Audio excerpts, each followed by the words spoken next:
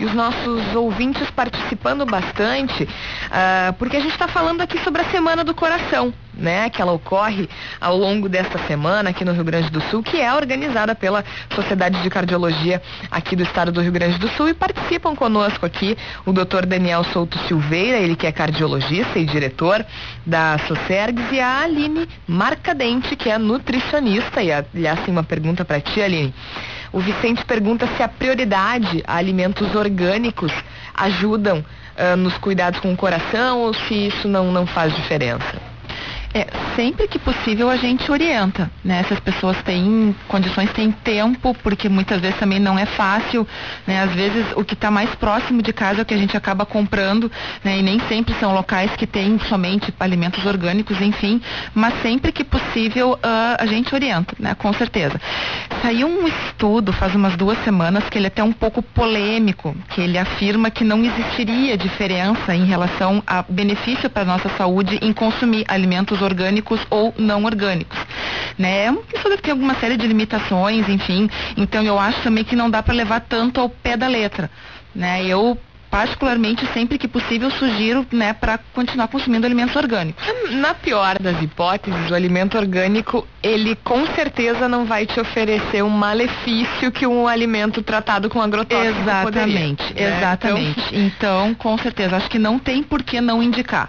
Não, eu vou te dizer que eu sofro muito, eu falo por experiência própria, eu sou campeã de desenvolver alergias no verão, eu sou fissurada em uva. Uhum. E a uva, ela tem muito agrotóxico. Mesmo aqui, eu sou da Serra, na minha cidade tem muita gente que cultiva, enfim, no entorno também, e tem muito agrotóxico.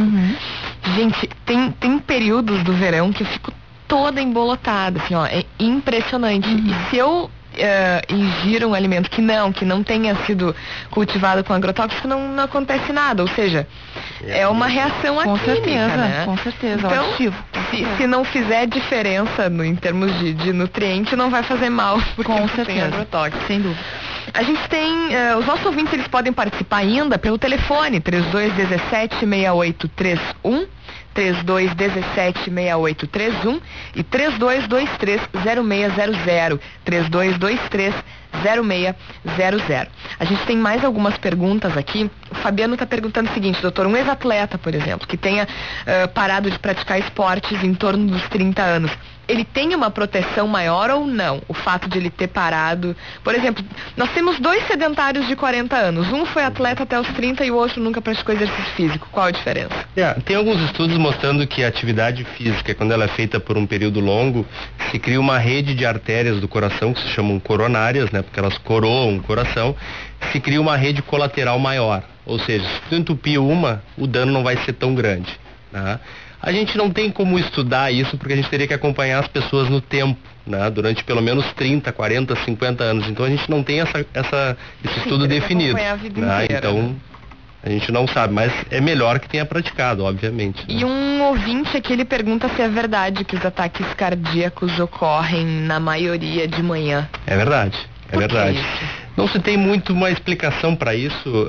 Se atribui que existe um ritmo circadiano que pela manhã a pressão suba mais, em que a atividade inflamatória dentro das artérias do coração seja maior, e por isso entupa mais as artérias, as pessoas tenham mais infarto, né? Mas realmente acontece mais pela manhã.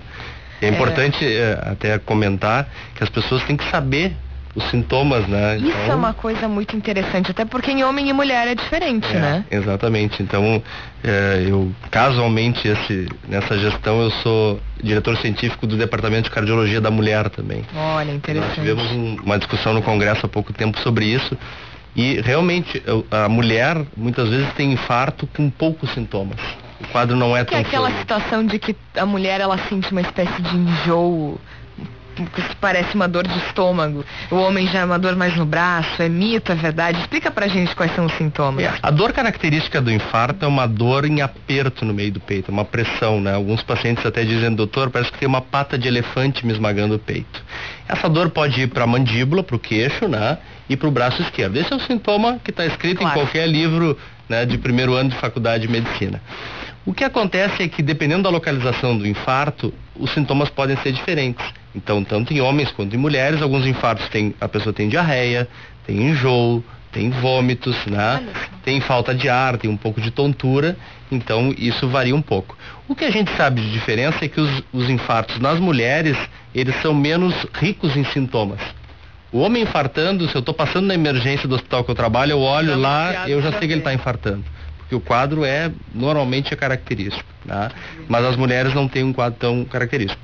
Uma outra coisa importante é que os diabéticos e os pacientes mais idosos, muitas vezes têm infartos sem dor. Então sentem um suor, um pouco de mal-estar, um pouco de tontura, não procuram o médico, não fazem o eletrocardiograma, os exames que tem que fazer, e aí tem um infarto. E a gente vai detectar isso depois, numa consulta de rotina, né? Se ele sobreviver, obviamente. Que loucura. E a mulher já uma coisa...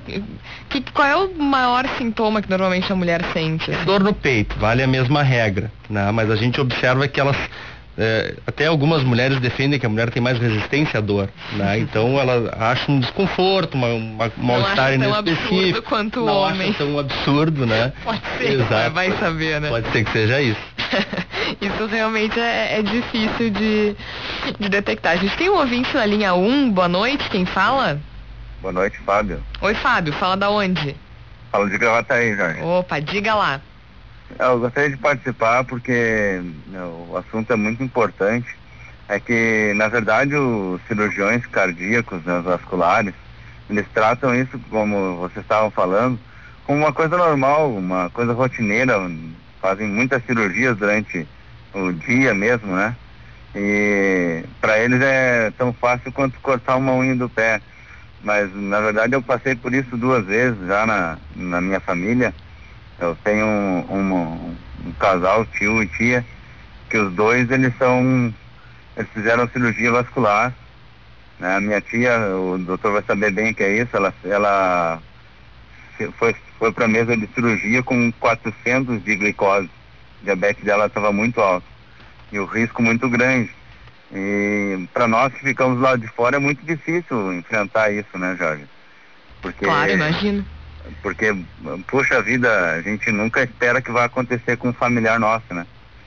E a minha tia, a cirurgia da minha tia Isabel e do meu tio Enio, os dois, eles fizeram a cirurgia com a mesma cirurgia, com 2 safenas e uma mamária.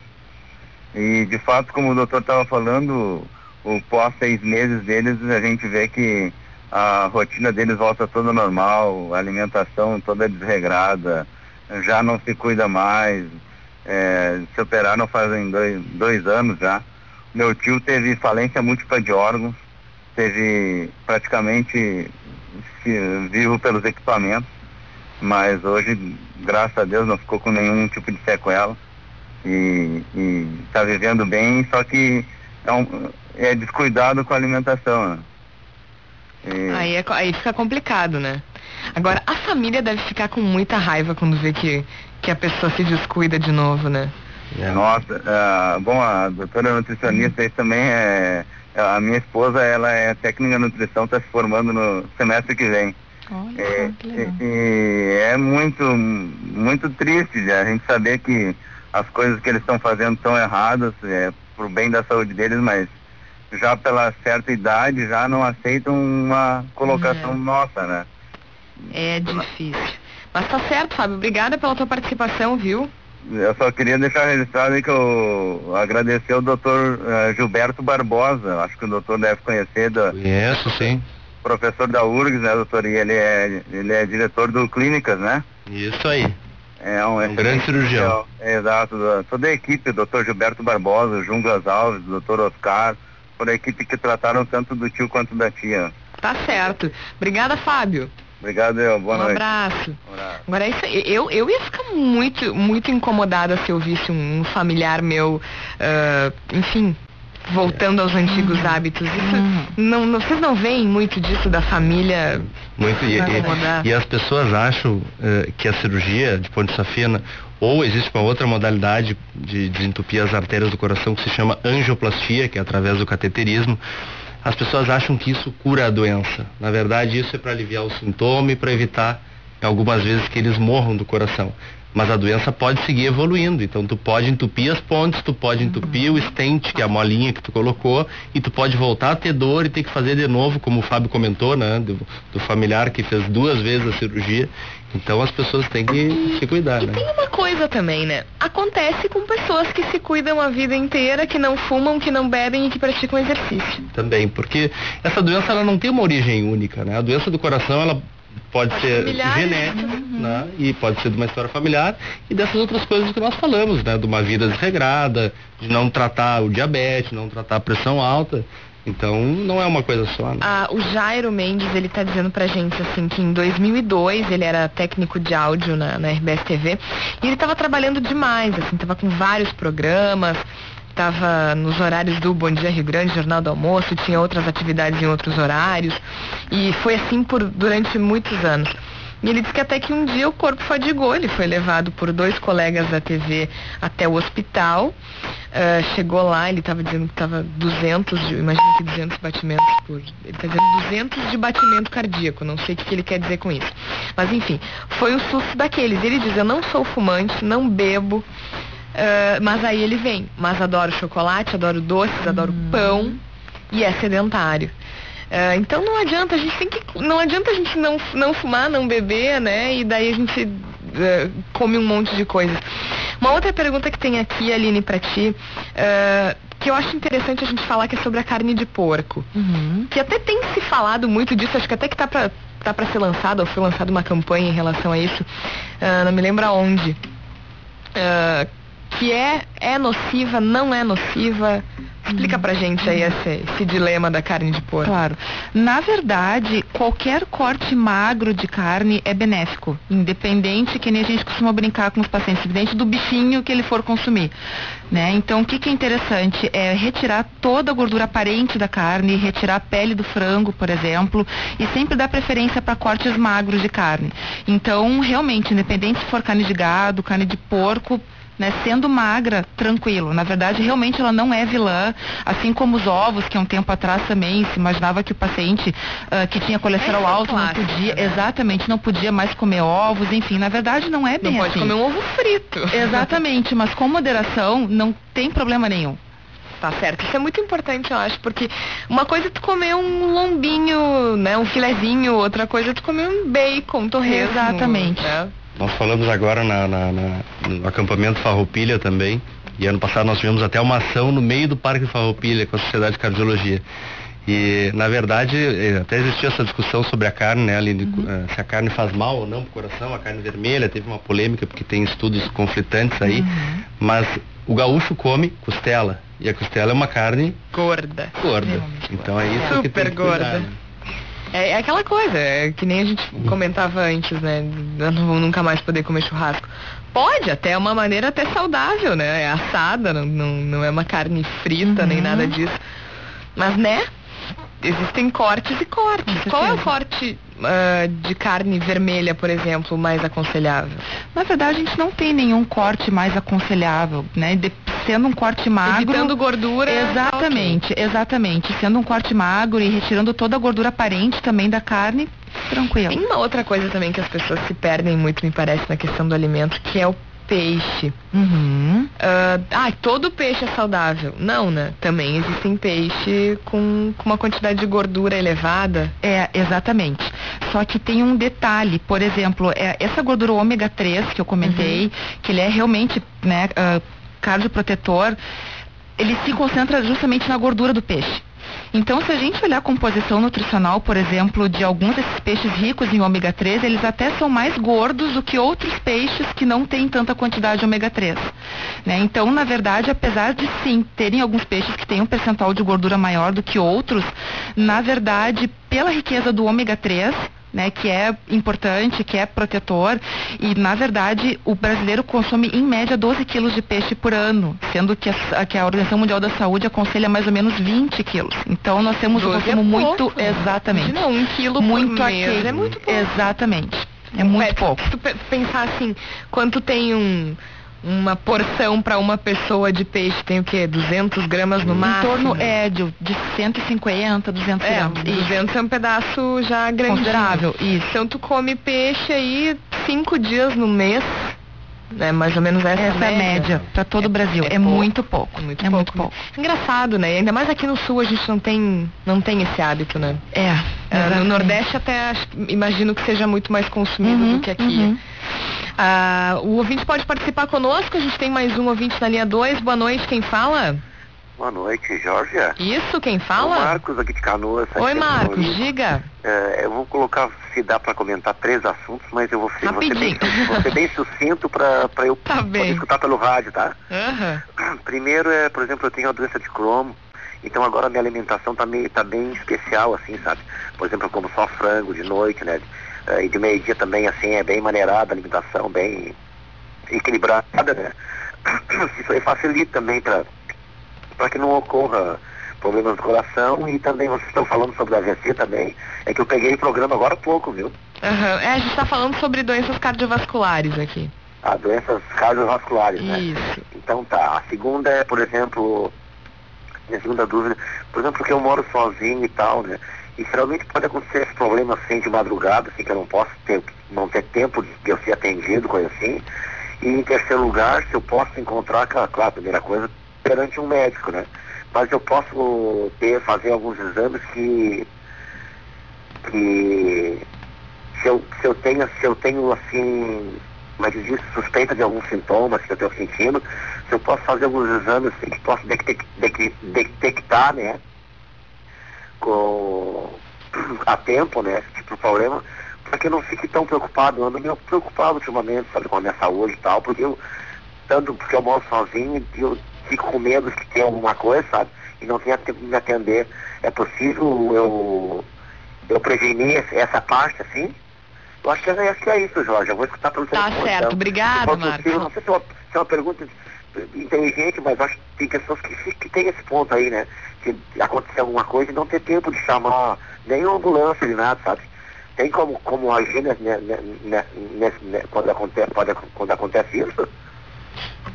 Tá bom, obrigada, Marcos. A gente vai responder aqui pra ti. Valeu. Tá? Tchau, boa noite pra todos. Bom, então, primeiro esclarecendo sobre o que fazer, né? Então, o que a gente sempre recomenda é que se a pessoa tem um sintoma que ele suspeita que seja de uma doença cardiovascular, ou ele está com falta de ar, ou ele está tonto, ou ele está com dor no peito, ou está com uma perda de força em algum membro do corpo, primeira coisa, chame o SAMU, né? A gente vê às vezes as pessoas reclamando porque o SAMU às vezes demora, enfim. O SAMU para emergências graves, ele funciona muito bem. Tá? E eles são ágeis, são muito ágeis, eles funcionam muito bem. É que a gente só fica sabendo de quando eles demoram, né? Mas são raríssimas as vezes em que isso acontece. Exatamente. Tem que ser... Então, o principal é isso, a gente estipula que a pessoa reconheça os sintomas em 5 minutos e eles já estejam chamando a ambulância para que seja atendido.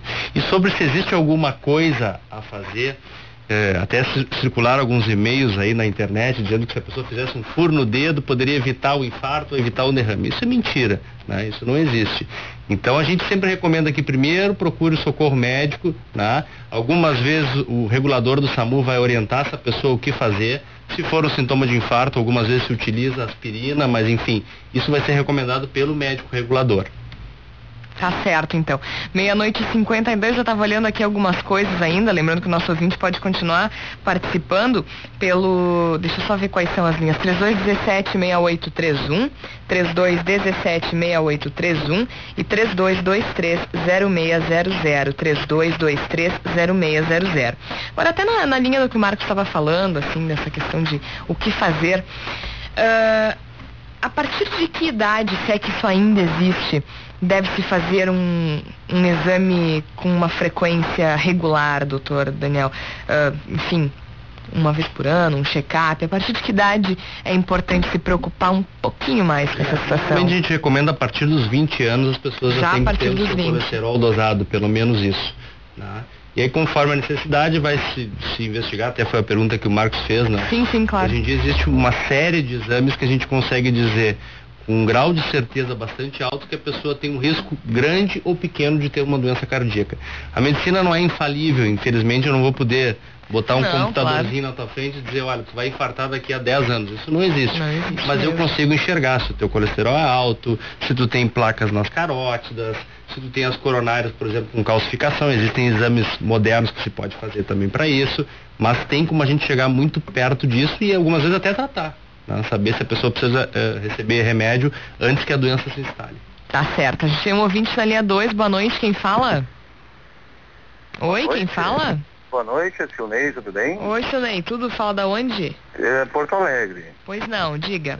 Eu quero parabenizar pelo assunto aí, fantástico, né? E gostaria de ver uma dúvida. Me falaram antigamente, me falaram um tempo atrás, que quando a gente é muito bom tomar uma aspirina todo dia, que isso aí afina o sangue e previne esse infarto, né? De entupir as artérias. É uma dúvida aí que eu gostaria de saber para ver se isso aí também funciona. Na verdade, assim, vários estudos já mostraram que se tu toma aspirina sem estar indicado, a única coisa que tu vai ganhar é uma úlcera e um sangramento digestivo. Então a gente só recomenda que as pessoas usem aspirina e tem indicações já bem descritas na literatura médica para dizer para a pessoa, olha, vai tomar aspirina infantil todo dia, né?